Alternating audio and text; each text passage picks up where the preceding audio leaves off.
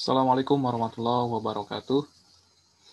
Kembali bersama saya dalam mata kuliah pembelajaran IPA di sekolah dasar atau di MI.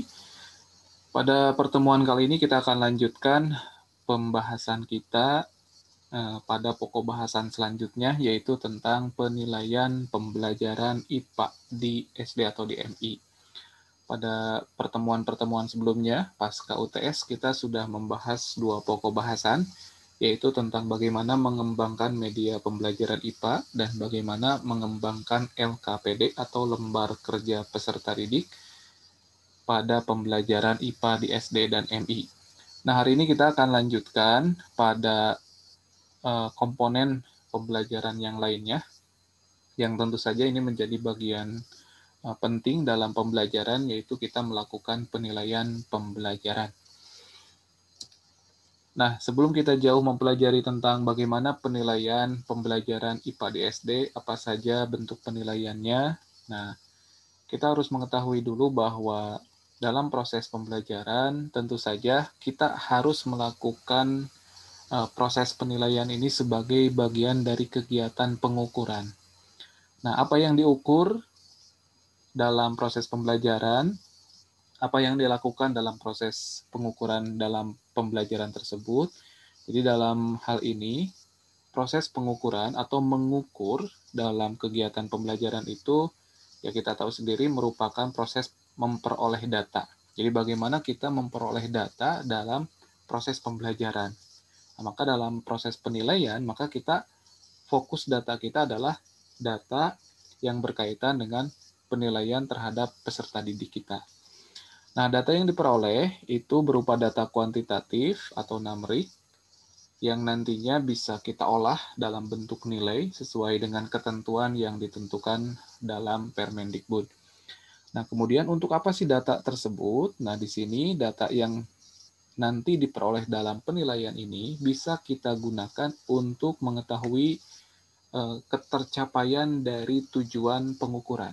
Jadi dalam hal ini, data yang digunakan atau data yang diperoleh dari proses penilaian tersebut akan kita gunakan untuk mengetahui apakah tujuan dari pembelajaran yang kita lakukan itu tercapai atau tidak. Jadi di sini penilaian dalam pembelajaran ini identik sekali dengan proses kegiatan melakukan pengukuran. Nah, yang diukur itu adalah proses dan hasil belajar pada peserta didik kita.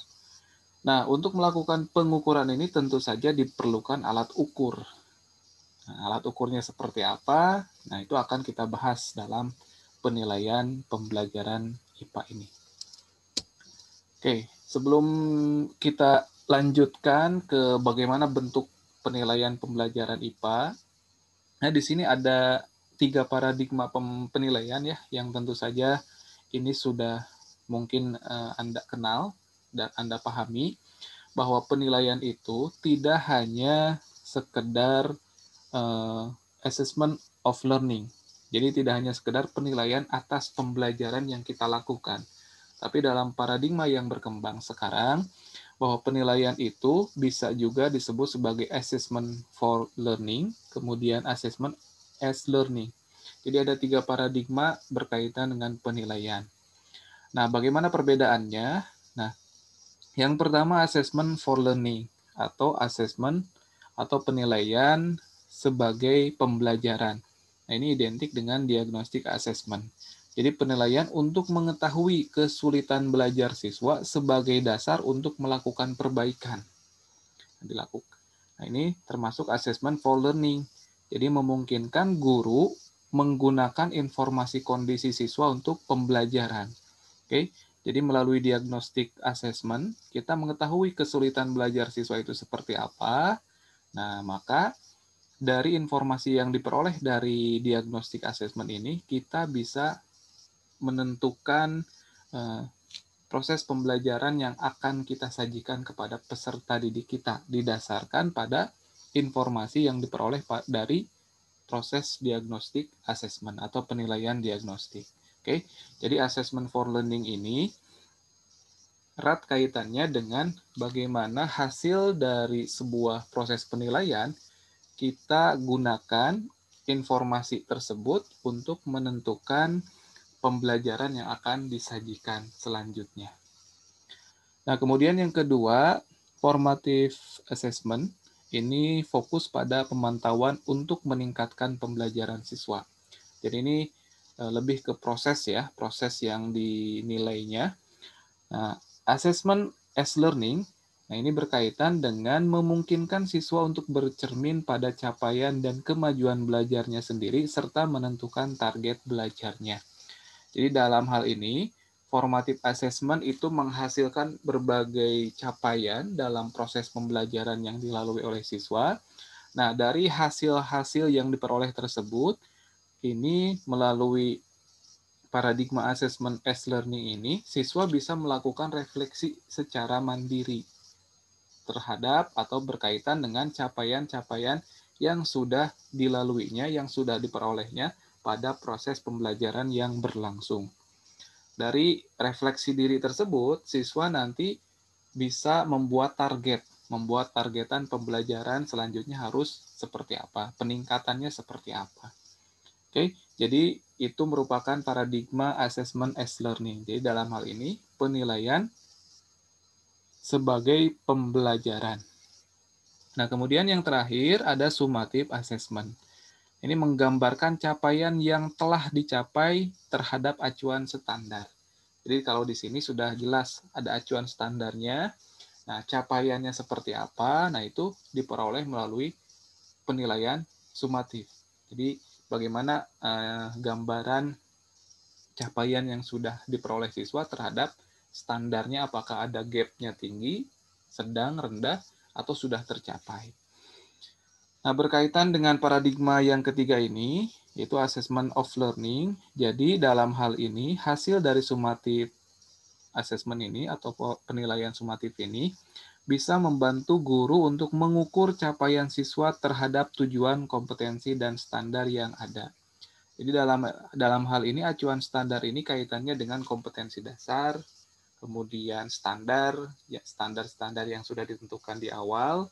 Nah, melalui kegiatan assessment of learning ini, nanti guru bisa mengukur apakah capaian atau hasil yang sudah diperoleh siswa ini sudah sesuai atau sudah mencapai kompetensi yang diinginkan atau belum, atau masih di bawah, atau misalnya masih sangat jauh, atau seperti apa. Nah, itu diperoleh melalui kegiatan penilaian sumatif yang berparadigma assessment of learning. Oke, jadi itu 3 paradigma penilaian.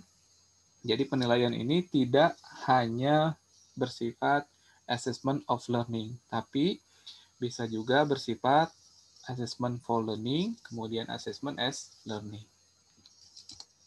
Oke, kemudian selanjutnya ini adalah perbedaan dari penilaian formatif dan sumatif yang tentu saja ini juga sudah Anda kenal.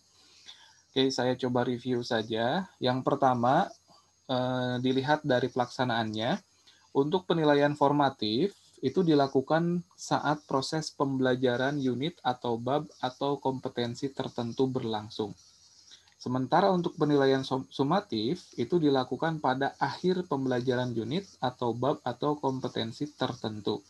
Jadi kalau yang formatif ini, dilaksanakannya ketika proses pembelajaran bab atau kompetensi itu berlangsung.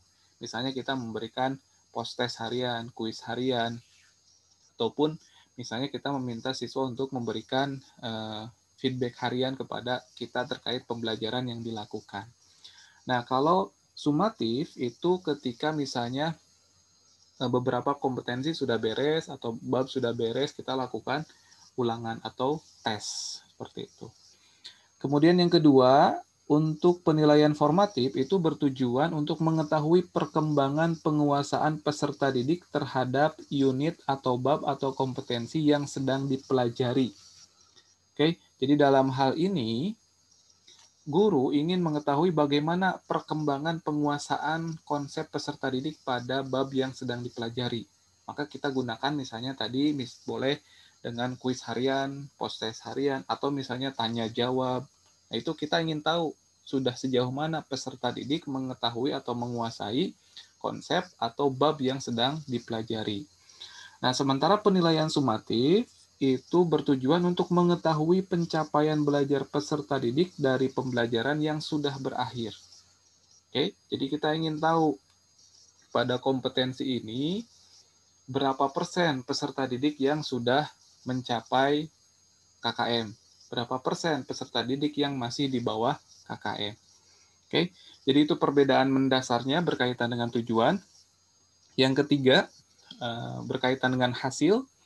Untuk penilaian formatif, hasil dari penilaiannya digunakan untuk dasar memperbaiki proses pembelajaran yang sedang dipelajari agar peserta didik mencapai penguasaan yang optimal.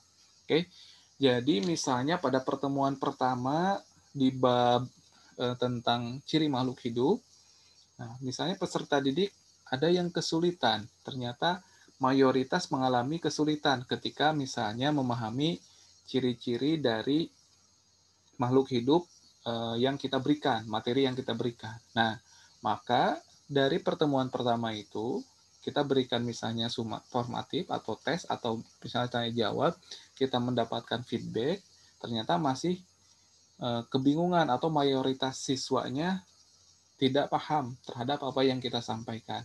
Maka kita dari informasi yang didapat oleh guru tersebut, maka kita lakukan perbaikan untuk pertemuan selanjutnya, tapi pada bab yang sama gitu. Sehingga di sana diharapkan ada perbaikan-perbaikan sehingga kualitas belajar terus meningkat. Itu pentingnya penilaian formatif. Sementara itu untuk penilaian sumatif, ini hasil merupakan bukti mengenai apa yang dikuasai oleh peserta didik. Jadi dalam hal ini, ketika kita melakukan penilaian sumatif, kemudian ada hasilnya, maka itu adalah cerminan dari capaian atau hasil yang diperoleh oleh peserta didik pada satu kompetensi tertentu gitu. Oke. Jadi itu yang ketiga berkaitan dengan hasil. Kemudian yang keempat, ini masih berkaitan dengan hasil. Hasil penilaian formatif tidak dipakai dalam menentukan nilai raport. Jadi kalau kita lihat tujuan dari penilaian formatif ini lebih ke bagaimana kita memperbaiki proses ya, memperbaiki proses pembelajaran. Jadi di sini fokusnya adalah bagaimana seorang guru dari penilaian formatif ini mampu meningkatkan kualitas pembelajaran yang dilakukan. Nah, sementara untuk penilaian sumatif, ini digunakan untuk menentukan nilai raport. Naik kelas atau tidak, dan lulus atau tidak lulus. Jadi memang sumatif ini peruntukannya adalah untuk nilai akhir yang nanti akan diinputkan pada raport. Oke, jadi itu adalah perbedaan mendasar antara penilaian formatif dan sumatif yang tentu saja saya yakin Anda sekalian sudah sangat kenal dengan kedua jenis penilaian ini. Oke, selanjutnya kita lanjutkan di jenis-jenis penilaian. Seperti apa yang sudah kita ketahui bersama bahwa ada 3 domain ya yang kita nilai, yang kita asesmen dalam pembelajaran itu, yaitu pengetahuan, kemudian keterampilan, dan sikap. Maka dalam hal penilaiannya pun kita harus menghadirkan ketiga jenis penilaian tersebut. Jadi jangan sampai ketika kita melakukan pembelajaran, kita hanya fokus pada penilaian pengetahuan saja. Sementara keterampilan dan sikapnya kita abaikan. Oke? Makanya di sini saya coba sampaikan 3 jenis domain penilaian, baik pengetahuan, keterampilan, maupun sikap. Nanti jenisnya seperti apa, untuk sikap dan keterampilan akan dibahas pada slide selanjutnya. Oke, yang pertama ini adalah bentuk-bentuk penilaian pengetahuan. Jadi di sini setidaknya ada 4 yang bisa kita lakukan untuk mengukur sejauh mana siswa memahami, menguasai pengetahuan mengenai konsep yang dipelajari. Yang pertama bentuknya adalah tes tertulis. Nah ini sudah sangat lazim, sudah sangat banyak sekali, sering sekali kita gunakan. Tes tertulis untuk mengetahui capaian pengetahuan yang sudah dimiliki oleh siswa. Bentuknya beragam, jadi bisa benar salah, bisa menjodohkan, bisa pilihan ganda, bisa isian singkat atau melengkapi, ataupun dalam bentuk uraian. Nah ini yang perlu menjadi perhatian kita harus memvariasikan jenis tes tertulis ini. Jadi jangan sampai antara tes tertulis yang satu sampai bab terakhir itu hanya satu jenis saja. Jadi tes tertulis ini misalnya untuk soal yang sifatnya sumatif, kita berikan misalnya menjodohkan atau benar salah, ataupun isian singkat. Untuk yang formatif, bisa kita gunakan yang lainnya. Oke, jadi kalau bisa divariasikan. Nah, ini tujuan dari pemberian tes tertulis ini adalah untuk mengetahui penguasaan pengetahuan siswa untuk perbaikan proses pembelajaran dan atau pengambilan nilai. Oke, jadi kalau misalnya tadi sifatnya formatif, kita berikan kuis, kita berikan misalnya isian singkat mengenai materi yang dipelajari, maka nilai dari proses tersebut akan kita gunakan untuk perbaikan pembelajaran. Tapi kalau misalnya diberikan di sumatif, misalnya pilihan ganda, ada esainya, nah itu kita bisa gunakan hasilnya untuk pengambilan nilai di akhir semester, misalnya untuk nilai raport. Nah, kemudian selanjutnya, bentuk yang kedua, penilaian pengetahuan juga bisa kita lakukan dengan cara tes lisan. Nah, dalam bentuk tanya jawab. Jadi kita panggil satu atau dua orang siswa, kemudian kita lakukan tes secara lisan dalam bentuk tanya jawab. Nah, ini bisa kita lakukan untuk mengecek pemahaman siswa untuk perbaikan proses pembelajaran. Jadi ini bentuk tes lisan ini digunakan untuk proses penilaian formatif ya, tidak bisa untuk sumatif, jarang digunakan untuk menilai akhir di misalnya untuk dimasukkan ke raport. Tapi ini lebih ke bentuk penilaian formatif, yaitu untuk memperbaiki proses pembelajaran. Oke, jadi sesekali boleh kita melakukan bentuk penilaian pengetahuan ini dengan cara tes lisan. Nah, kemudian yang ketiga, penilaian pengetahuan yang bisa kita lakukan adalah bentuk penugasan. Nah, tugas yang diberikan itu bisa dilakukan secara individu maupun secara kelompok. Nah, ini tujuannya apa? Penugasan ini yaitu untuk memfasilitasi penguasaan pengetahuan atau mengetahui penguasaan pengetahuan bila diberikan pada akhir pembelajaran. Nah, maksudnya adalah perbedaan antara dua kondisi ini adalah yang pertama memfasilitasi penguasaan pengetahuan bila diberikan selama proses pembelajaran. Jadi, dalam proses pembelajaran, misalnya kita memberikan bahan kepada siswa kita. Kemudian, siswa kita misalnya bersama kelompok melakukan diskusi mengenai materi tersebut. Nah, itu maksud dari memfasilitasi penguasaan pengetahuan.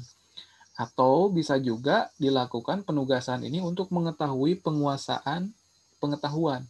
Jadi kita berikan tugas misalnya latihan soal 3 soal untuk dikerjakan di rumah. Oke. Berarti di sini untuk mengetahui sejauh mana penguasaan pengetahuan yang sudah diperoleh oleh siswa kita. Oke. Jadi itu bentuk penugasan. Jadi bisa memfasilitasi atau untuk mengetahui. Kemudian yang terakhir, bentuk penilaian pengetahuan itu adalah portofolio ya. Nah, portofolio. Jadi di sini sampel pekerjaan siswa terbaik yang diperoleh dari penugasan dan tes. Oke. Jadi maksud portofolio di sini tes-tes yang sudah dilakukan pasti itu kan ada lembarannya. Penugasan yang sudah kita berikan pasti itu ada dokumentasinya. Misalnya dalam bentuk buku tugas ataupun dalam bentuk yang lainnya. Nah, itu kita kumpulkan, kemudian kita pilih salah satu yang terbaik dari keseluruhan penugasan hasil tes yang sudah dilakukan misalnya selama 1 semester. Nah, itu kita ambil yang terbaik untuk penilaian portofolio. Jadi penilaian portofolio ini tidak selalu bentuknya misalnya harus karya. Misalnya karya membuat model sel ataupun membuat rangkaian listrik dan sebagainya. Tidak selalu seperti itu. Jadi boleh penugasan siswa misalnya selama 1 semester ada buku tugasnya, kita ambil, kita kumpulkan, hasil-hasil ujiannya kita kumpulkan. Kalau ada karya yang pernah kita berikan kepada siswa, berikan tugas untuk membuat karya berupa misalnya artikel, tulisan, model, ataupun yang lainnya kita kumpulkan. Nah, nanti dari sekian banyak itu ada karya terbaik. Itulah nanti kita bisa gunakan untuk penilaian portofolio. Nah, di sini penilaian portofolio ini digunakan sebagai bahan guru mendeskripsikan capaian pengetahuan di akhir semester. Oke, ini sebagian saja ya. Oke, jadi itu adalah bentuk penilaian pengetahuan yang bisa dilakukan ketika kita melaksanakan penilaian pada proses pembelajaran yang dilakukan. Oke, jadi ada tes tertulis, ada tes lisan, ada penugasan, ada portofolio. Oke, selanjutnya ini adalah penilaian keterampilan. Nah, penilaian keterampilan ini berkaitan dengan bagaimana kita melihat, mengukur apa aspek lain dalam proses pembelajaran yang dilakukan. Jadi tidak hanya sekedar tadi pengetahuan saja yang kita ukur, tapi ada hal lain, yaitu berkaitan dengan penilaian keterampilan. Nah, untuk penilaian keterampilan ini ada 3 bentuk yang bisa kita lakukan. Yang pertama, penilaian kinerja. Ini mengukur capaian pembelajaran berupa keterampilan proses atau hasil, atau produk ya. Jadi dalam hal ini, misalnya kita memberikan tugas ataupun memberikan tugas pengamatan kepada peserta didik kita untuk melakukan pengamatan lingkungan di sekitar sekolah. Nah, kita berikan penugasan tersebut dengan LKPD atau LKS yang sudah kita sediakan. Nah, ketika mereka melakukan pengamatan, ketika mereka melakukan misalnya pengolahan informasi, nah kita nilai. Nah, itu bisa masuk ke dalam penilaian kinerja. Atau berupa hasilnya. Hasilnya misalnya tadi laporan hasil pengamatan. Nah, kita nilai bagaimana laporan hasil pengamatan kelompok 1, kelompok 2, kelompok 3. Nah, itu juga termasuk dalam penilaian kinerja. Dan tentu saja perlu yang menjadi perhatian kita dalam penilaian keterampilan ini perlu adanya kriteria ya, kriteria yang kita susun sehingga kita menentukan nilai misalnya 80, 90, 100 itu ada dasarnya. Tidak asal checklist saja, tapi ada dasar kriteria yang kita susun sehingga kelompok 1 layak mendapat nilai 100, kelompok 2 misalnya layak mendapat nilai 90, itu ada dasarnya. Kemudian jenis atau bentuk penilaian keterampilan yang kedua adalah bentuk penilaian proyek. Nah, ini untuk mengetahui kemampuan siswa dalam mengaplikasikan pengetahuannya melalui penyelesaian tugas dalam periode waktu tertentu. Oke, nah ini sebagaimana yang sudah dipelajari pada pertemuan-pertemuan sebelumnya mengenai model pembelajaran, ada yang dinamakan model Project Based Learning atau PJBL ya. Salah satu ciri dari PJBL itu dibandingkan dengan model-model lain adalah adanya periode rentang waktu pengerjaan dari proyek yang kita berikan, yang guru berikan. Jadi misalnya proyek membuat rangkaian listrik secara sederhana dari bahan-bahan yang ada di sekitar rumah. Nah, kita berikan waktu kepada peserta didik kita misalnya selama 1 minggu. Jadi mereka pada misalnya ketika kegiatan pembelajaran di kelas melakukan diskusi, bagaimana merancangnya dan sebagainya. Nah, ketika misalnya mereka pulang sekolah, mulai merancang proyek tersebut, kemudian hari kedua merancang proyek lagi, sampai nanti seminggu sudah selesai, proyek tersebut dibawa ke sekolah untuk dipresentasikan. Nah, penilaian keterampilan dalam bentuk proyek ini, yaitu dari awal sampai akhir, nah itu yang harus menjadi poin penilaian yang dilakukan oleh guru. Jadi jangan sampai hanya ketika presentasi proyeknya saja yang dinilai, tapi bagaimana ketepatan waktu, bagaimana misalnya kerjasama antar timnya, kemudian bagaimana nanti hasil yang diperolehnya sampai pada bagaimana hasil yang diperoleh tersebut apakah berfungsi atau tidak. Oke, jadi itu penilaian keterampilan bentuk proyek. Kemudian yang selanjutnya, ini bentuk penilaian keterampilan yaitu portofolio. Ini sama dengan yang disampaikan sebelumnya, bahwa sampel karya siswa terbaik dari KD pada KI 4 untuk mendeskripsikan capaian kompetensi keterampilan. Jadi untuk penilaian portofolio ini, tentu saja ada misalnya karya-karya yang kita berikan, yang kita tugaskan, atau produk-produk yang kita tugaskan kepada siswa. Nah, nanti kita ambil yang terbaik dari karya-karya yang sudah disusun oleh siswa tersebut untuk penilaian portofolio. Oke, jadi ini adalah 3 jenis atau 3 bentuk penilaian portofolio, penilaian keterampilan yang bisa kita lakukan ketika melakukan proses penilaian dalam pembelajaran. Nah, kemudian yang selanjutnya yang terakhir yaitu penilaian sikap. Nah, ini jangan sampai diabaikan penilaian sikap ini, karena ini juga penting bagi kita untuk mengetahui bagaimana perkembangan peserta didik kita dalam proses pembelajaran. Oke, dalam penilaian sikap di sini ada 2 hal utama atau ada 2 pembagian utama, yaitu penilaian sikap yang utama dan penilaian sikap penunjang. Oke, yang dimaksud dengan penilaian sikap utama itu dilakukan oleh guru mata pelajaran selama 1 semester. Jadi guru mata pelajaran mengamati secara langsung aktivitas peserta didik dalam kelasnya. Nah, proses pengamatan tersebut nanti guru melakukan istilahnya memiliki lembar harian yang diisi mengenai bagaimana deskripsi sikap si A, si B, si C gitu. Nah, yang dilakukan di sini mungkin kita tidak bisa mendeskripsikan semua siswa. Misalnya siswa kita ada 40, tidak mungkin kita deskripsikan semua. Yang terpenting adalah bagaimana kita bisa melihat misalnya ada yang sangat menonjol dalam hal positif, kita catatkan, atau mungkin ada juga yang menonjol dalam hal negatif yang perlu pembinaan, nah itu kita catat juga. Jadi kita melihat dari 2 sisi tersebut, sehingga mungkin nanti ketika proses penyampaian itu bisa disampaikan bahwa di kelas tersebut yang sangat menonjol dalam hal positif siapa saja, yang perlu pembinaan siapa saja. Oke. Kemudian untuk penilaian sikap utama juga dilakukan oleh wali kelas dan guru BK. Nah, ini pelaksanaannya kalau tadi guru selama proses pembelajaran yang utamanya itu ketika guru tersebut menyampaikan materi pembelajaran, nah wali kelas dan guru BK mungkin ini akan lebih banyak proses observasinya ketika di luar pembelajaran atau di luar kelas. Oke.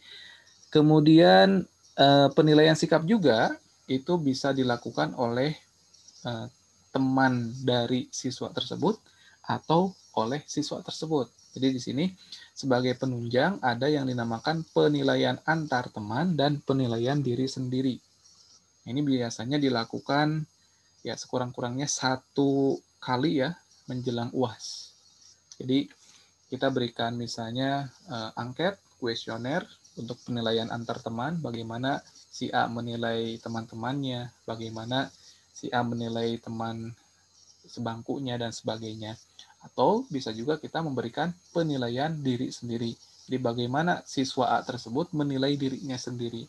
Tentunya dari berbagai aspek ya dalam kuesioner atau angket yang diberikan. Oke, mungkin seperti itu untuk penjelasan penilaian dalam pembelajaran. Jadi poin penekanannya adalah tadi yang pertama kita harus memahami 3 paradigma dalam proses penilaian pembelajaran, yaitu assessment as learning, kemudian assessment for learning, kemudian assessment of learning. Nah, itu harus kita pahami perbedaan dari ketiganya dan nanti implementasinya seperti apa. Kemudian yang kedua, kita harus memahami perbedaan mendasar antara penilaian sumatif dan penilaian formatif seperti apa dari berbagai aspek ya, dari berbagai aspek pelaksanaan, tujuan, dan hasilnya. Kemudian yang selanjutnya, yang ketiga, penekanan pada pertemuan kali ini adalah bagaimana kita memahami bentuk-bentuk penilaian dari 3 domain yang kita nilai, baik dari pengetahuan, keterampilan, dan sikap. Oke, masing-masing punya bentuk penilaian yang tadi sudah dijelaskan. Yang terpenting adalah bagaimana kita mengelola dan menindaklanjuti dari hasil penilaian tersebut. Oke, mungkin itu saja yang bisa saya sampaikan pada pertemuan kali ini. Saya ucapkan terima kasih sudah menyimak. Saya akhiri. Assalamualaikum warahmatullahi wabarakatuh.